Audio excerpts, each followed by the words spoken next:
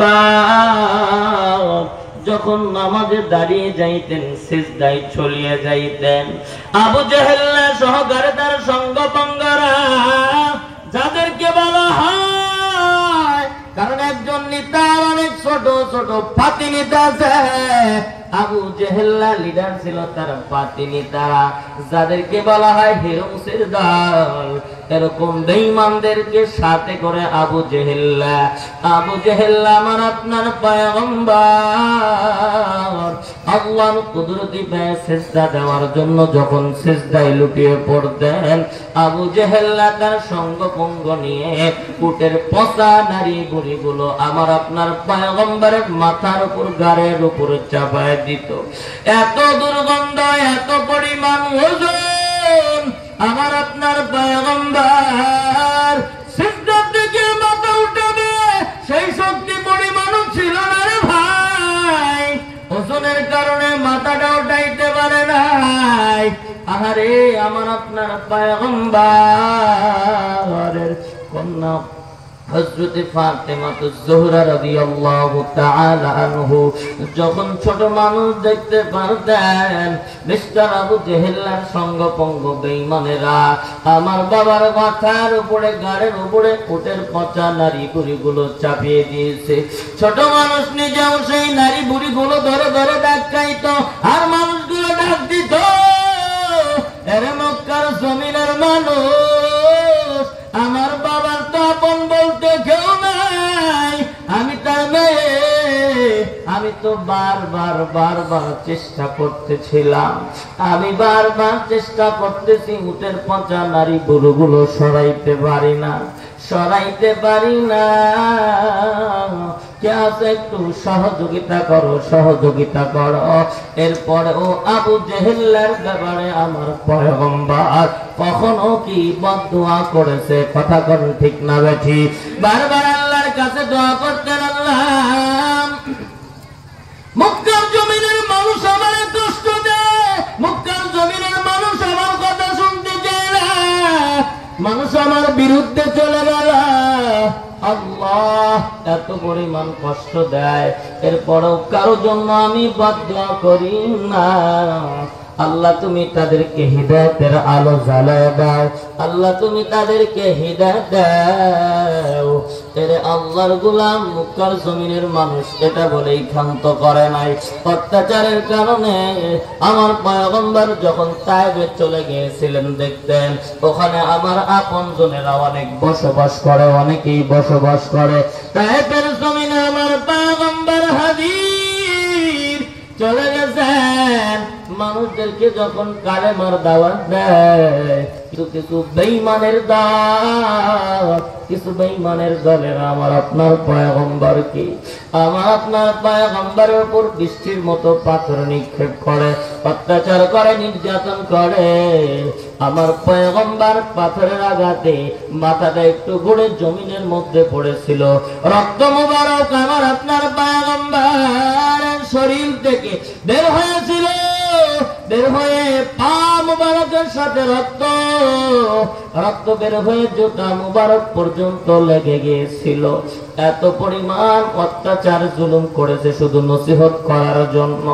হঠাৎ করে জিবরাইল আমিন আইসা কানে কানে পয়গম্বরকে জানায় দেয়, পয়গম্বর একটা বার আপনি অনুমতি দিয়া দেন, এই তায়েফবাসীরা আপনারা জুলুম করে, নির্যাতন করে, পাথর নিক্ষেপ করে, পয়গম্বর আপনি অনুমতি দিয়ে দেন, লূত আলাইহিস সালাতু ওয়াস সালামের জামানার লোকগুলোকে আমি জিবরাইল পাখা দ্বারা উঠাইয়া উপর থেকে জেরো জবর করে দিয়েছিলাম, উল্টাইয়া দিয়েছিলাম, একটা বার আপনি অনুমতি দিয়ে দেন।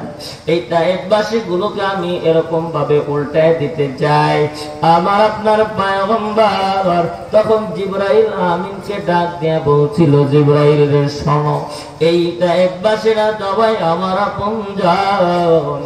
এদেরকে যদি হত্যা করো, এদেরকে যদি উল্টায় মৃত্যুটা দুনিয়ার থেকে বিদায় করে দাও। আল্লাহ যে আমাকে এই দায়িত্ব দিয়ে দুনিয়ার জমিনে পাঠিয়েছে, আল্লাহ তো আমাকে ওয়াজ করতে করেছেন, বলেছেন নসিহত করতে বলেছেন, কালেমার দাওয়াত দিতে বলেছেন। এরে জিবরাইল বলো, সবাই যদি মৃত্যুবরণ করে আমি মুহাম্মদ কাদের কাছে কালেমার দাওয়াত নিয়ে যাব? জিবরাইল আমিন তুমি চলে যাও, তুমি চলে যাও। পাথরে এসে পাহাড়ে যে ডাক দেওয়ার পয়গম্বর অনুমতি দেন, আমরা দুইটা পাহাড়ে তায়েফবাসীদেরকে মাঝামাঝি এনে চাপ দিয়ে এদেরকে ধ্বংস করে দিব, ধ্বংস করে দিব আজীবনের জন্য। অনুমতি দিয়ে দেন। আমার আপনার পয়গম্বর চোখের পানি ছাইরা দিয়ে পাহাড়কে ডাক দিয়ে বলছিল, পাহাড় জিবরাইল আমিনও চায় তুমি এদেরকে ধ্বংস করে দিবা, ধ্বংস করতে চায়। পাহাড় তোমরাও চাও তায়েফবাসীদেরকে ধ্বংস করতে চাও। এরে পাহাড় শুনে নাও, এরা যদি ধ্বংস হয়ে যায় আমি মুহাম্মাদুর রাসূলুল্লাহ কাদেরকে কালেমার দাওয়াত দিব। এত নির্যাতন সহ্য করেছেন শুধু আল্লাহর দেওয়া হুকুম ওয়াজ করার জন্য, নসিহত করার জন্য। এই জন্য আমরা যারা কথা বলি, আল্লাহর দেওয়া একটা আদেশ যখন আমরা পালন করতে চাই, আমাদের মাহফিলের মধ্যে কথা বলার সময় মাউথপিসটা টান দিয়ে নিয়ে যায়। আমাদের কথা বলার সময় ওয়াজে ওঠার আগে আমাদেরকে লিখে দেয়, হুজুর রাজনীতি কথা বলা যাবে না। আমি একজন ছোট বক্তা, ছোট মানুষ, আমাকেও তো অনেক জায়গায় বলে দেয়। আমি মনে করব ভাই তোমাদেরকে জানিয়ে দেই, দুনিয়ার কোন হক্কানি আলেম, দুনিয়ার কোন মুফতি মুহাদ্দিস শাইখুল হাদিস, দুনিয়ার কোন বক্তা কোনদিনও তোমাদের বিরুদ্ধে কথা কয় না। তুমি আকাম করে বেড়াও, তুমি জিনা করে বেড়াও, সেন্টারি করে বেড়াও, ঘুষ খায় বেড়াও, মিথ্যা কথা কয়ে বেড়াও, আর তুমি যারা তোমার এই মিথ্যা কথার বিরুদ্ধে নসিহত করে, সুদ খাওয়ার বিরুদ্ধে নসিহত করে, জিনার বিরুদ্ধে কথা কয়, তুমি তো তখন মনে করো এই ওয়াজটা হুজুর আমারে দেখে দেখেই করছে, ঠিক না বেটি? লম্বা করবো না রে বাবা, সময় অতি সংকীর্ণ, দিলের কানটা লাগা শোনা নাও। আল্লাহ পাক জানা দেয়, ওয়াজ করেন, নসিহত করেন, উপদেশ দেন। এই জন্য আমি আপনাদের সামনে নসিহতপূর্ণ একটা হাদিস তেলাওয়াত করেছি। দোয়া করতে থাকেন, আমি অল্প সময়ের মধ্যে এই নসিহতপূর্ণ হাদিসটা বলে বিদায় নেব। ক্বালান নবী সাল্লাল্লাহু আলাইহি ওয়াসাল্লাম, ইসতামাউ قال النبي صلى الله عليه وسلم اجتنبوا السبع الموبقات قالوا يا رسول الله وما هن قال الشرك بالله। আমার পয়গম্বর সাহাবায়ে কেরামদেরকে ডাক দেয়া বলে, বাবা সাহাবায়ে কেরাম শোনো, তোমরা ঈমান ধ্বংসকারী 7টা কবিরা গুনাহ থেকে হেফাজত থাকবা, 7টা গুনাহ তোমরা ছেড়ে দিবা। সাহাবায়ে কেরাম ডাক দেয়া বলে, ক্বালু ওয়া মা হুন্না ইয়া রাসূলুল্লাহ, রাসূলুল্লাহ আপনি জানা দেন ঈমান ধ্বংসকারী 7টা কবিরা গুনাহ কি, 7টা কবিরা গুনাহ কি? আল্লাহর পয়গম্বর জানা দেয়, ক্বালা শিরকু বিল্লাহ। এর সাহাবায়ে কেরাম শোনালেন, 1 নাম্বার হলো আল্লাহর সাথে শিরক করা। নাউযুবিল্লাহ, জোরে বলেন। এবার নিজের বিবেককে আপনি আপনার বিবেকটারে প্রশ্ন করেন, বাবা আপনি চলতে ফিরতে উঠতে বসতে আপনি দিনের মধ্যে কয়টা শিরকের গুনাহ করছেন? প্রশ্ন করতে পারেন, হুজুর শিরকের গুনাহ কারে কয় তাই তো জানি না। আমরা তো শুধু একটাই জানি, সেটা হলো আল্লাহর সাথে কাউকে শিরক করা, মানে আল্লাহর দিকে দিত, মানে এটাই হলো একটা শিরক। বাবা শিরক দুই প্রকার, শিরকে আসগর, শিরকে আকবার। ছোট শিরক, বড় শিরক। এ বাবা আপনি তো ধারণা করেন আমার সন্তান বিদেশের জমিনে না থাকলে আমার ফ্যামিলি চলতো না, আমার ছেলে টাকা ইনকাম না করলে আমার সংসার চলতো না, ঠিক না বেঠিক জোরে বলেন? শীত বাবা সন্তান খাওয়ায় না, খাওয়ান কে? এই জোরে বলেন কে খাওয়ান? এই কথাটা আল্লাহ বলেন মানব সৃষ্টির 50,000 বছর আগে আল্লাহ রিজিকটারে তাকসিম করে রেখেছেন, বন্টন করে রেখেছেন। বলে কি আর রিজকু মাকসুমুন ইয়াতলুবুল আবদা কামা ইয়াতলুবুল আজালা। পয়গম্বর জানা দেয় মানুষকে মৃত্যু যেমন খুঁজতে থাকে, মালাকুল মউত আমাকে আপনাকে যেমনে খুঁজে, আমার আপনার রিজিক আমাকে আপনাকে ওইভাবে খোঁজে। আল্লাহু আকবার জোরে বলেন। এই জন্য রিজিক আপনার সন্তান খাওয়ায় না, আল্লাহ আপনাকে মুখ দিয়েছেন খাওয়ার জন্য। আল্লাহ কিন্তু আমার আপনার জন্য রিজিক বাজেট করে রাখছে না নাই। কিন্তু শবে বরাতের রাত্রিতে, এই রাত্রিতে সেই শবে বরাত থেকে শুরু করে আগামী শবে বরাতের রাত্রি পর্যন্ত আল্লাহ আপনার বাজেটটারে সেট করে রেখে দিয়েছেন, ফেরেশতাদের কাছে নিযুক্ত ফেরেশতাদের কাছে দিয়ে রেখেছেন। ফলে দুইটা জিনিস, এক নাম্বার হলো বান্দার রিজিকটারে 1 বছর বান্দা কি খাবে সমস্ত রিজিকটা আল্লাহ ফেরেশতাদের কাছে দিয়েছে।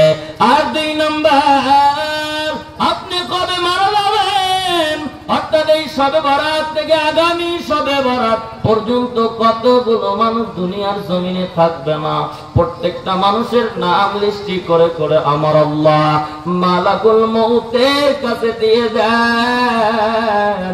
কোন রাত্রিতে? বলে শবে বরাতের রাত্রিতে। এর বান্দা এবার চিন্তা ভাবনা করেন, এই তো মাত্র কয়েকদিন চলে গেল শবে বরাত, আজকে 25 তারিখ, তার মানে 14 তারিখ দিনগত রাত্রিতে আজকে 10 দিন হয়ে গেল। আমার আপনার রিজিক, আমার আপনার মরণ আল্লাহ কিন্তু অটোমেটিকলি লিখে দিয়েছেন। কবে কখন কিভাবে মারা যাব এটা কিন্তু নির্দিষ্ট করা হয়েছে না নাই। এই জন্য মুসলমান ইমানদার কবিরা গুনাহ ছেড়ে দাও। আমার কবে জানি আমার আপনার মৃত্যুর কোনটি বেজে যাবে। একটা কবিরা গুনাহ নিয়ে যদি আমি আর আপনি কবরে চলে যাই, এবং না ওই একটা কবিরা গুনাহ আপনার জাহান্নামে নিয়ে যাবে। কত আল্লাহর বান্দারা শিরকের গুনাহ করেছ, আমলের মধ্যে শিরক, চলতে ফিরতে শিরক, কথা বলতে শিরক, কত রকমের শিরক, বড় শিরক, ছোট শিরক করে সময়টা কাটাইছি রে বাবা। খালেস নিয়তে তওবা করে যান আসমানওয়ালা রব। আজকে জানো, আজকে শোনার কারণে সবাই খালেস নিয়তে তওবা করে যাই, আল্লাহ জীবনে আর শিরকের গুনাহ করব না, আল্লাহ ক্ষমা করে দিতে পারে না নাই। কথায় কথা মনে পড়ে গেল আল্লাহর নবীর একজন সাহাবী, নাম তার মায়েজ ইবনে মালিক, জলিলুল কদর একজন সাহাবী। শয়তানের ওয়াসওয়াসায় জিনা ব্যভিচারী করছে, বোঝানোর জন্য বলছি। আল্লাহ দেখেন একজন মানুষের তওবা করলে কতটুকু পরিমাণ খুশি হয়। মায়েজ ইবনে মালিক এই আল্লাহর বান্দা জিনা ব্যভিচারী করছে, দিলের মধ্যে তামান্না এই জিনা ব্যভিচারী করছি, এটা নিয়ে যদি কবরে যাই, কবরের মধ্যে জাহান্নামের আগুন জ্বলবে। যাই পয়গম্বরের কাছে জানিয়ে দেয়, পয়গম্বরকে বলে দেই, পয়গম্বর আমি তো এই গুনাহ করছি, গুনাহ থেকে আমারে তওবা করায় পবিত্র করে দেন। আল্লাহর পয়গম্বরের কাছে যখন চলে আসেন, মায়ের ইবনে মালিক ডাকটা বলে, পয়গম্বর আমি তো জিনা করেছি, বড় অপরাধ করেছি, আপনি আমার গুনাহ থেকে তওবা করায় দেন, তওবা করায় দেন।